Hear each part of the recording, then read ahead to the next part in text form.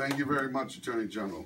The next gentleman that's going to speak is just that. He is the first gentleman of the state of Rhode Island, and we are very proud to have him here in Council 94.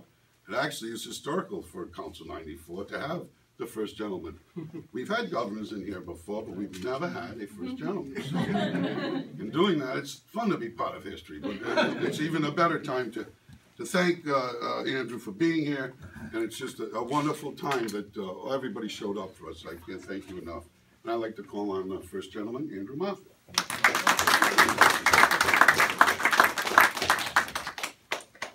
I really can't take credit for being here or making history. It's just simply, I guess, if being the first, I get to, the first gentleman to go to the grocery store. Yeah. First gentleman to read at the elementary school. Yeah. So I appreciate that.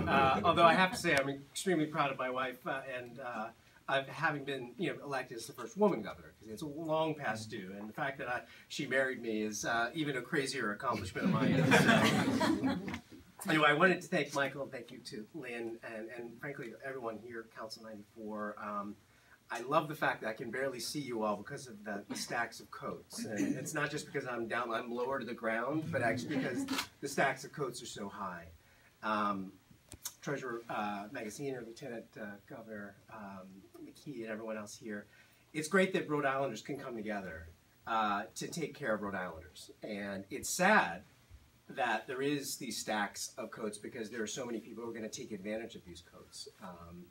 But we have that need, and it's important we recognize it and keep our neediest citizens front and center in our minds. Now, despite the fact that it may be 60 degrees this week for Christmas and Christmas Eve, but soon we know it's going to be quite cool.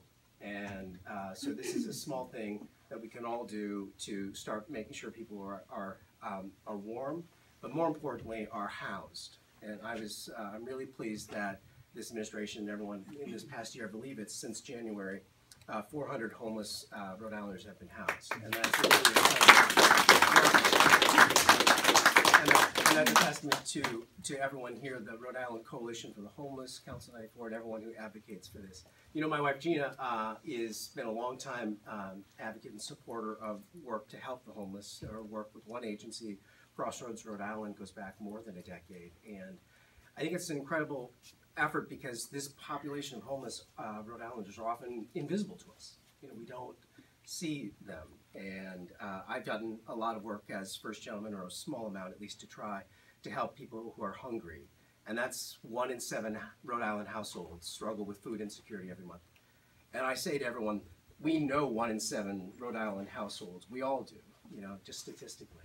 The homeless, thankfully, is a smaller population than that, but it often means it's even more invisible population to us. And so it's really important that we keep that population front and center, as the Attorney General just said, in thinking about how they'll be housed, how they'll be fed, and how they'll be kept warm during the season. And so thank you to everyone. I know my wife is also extremely proud for all the great work that you do on your day job, Council 94, making our state government run, and the great work that you're all doing together on this cause. So Merry Christmas to those of you who celebrate. Happy holidays. May 2016 be a better year, a warm year, and a year where everyone who needs it gets some housing. So thank you.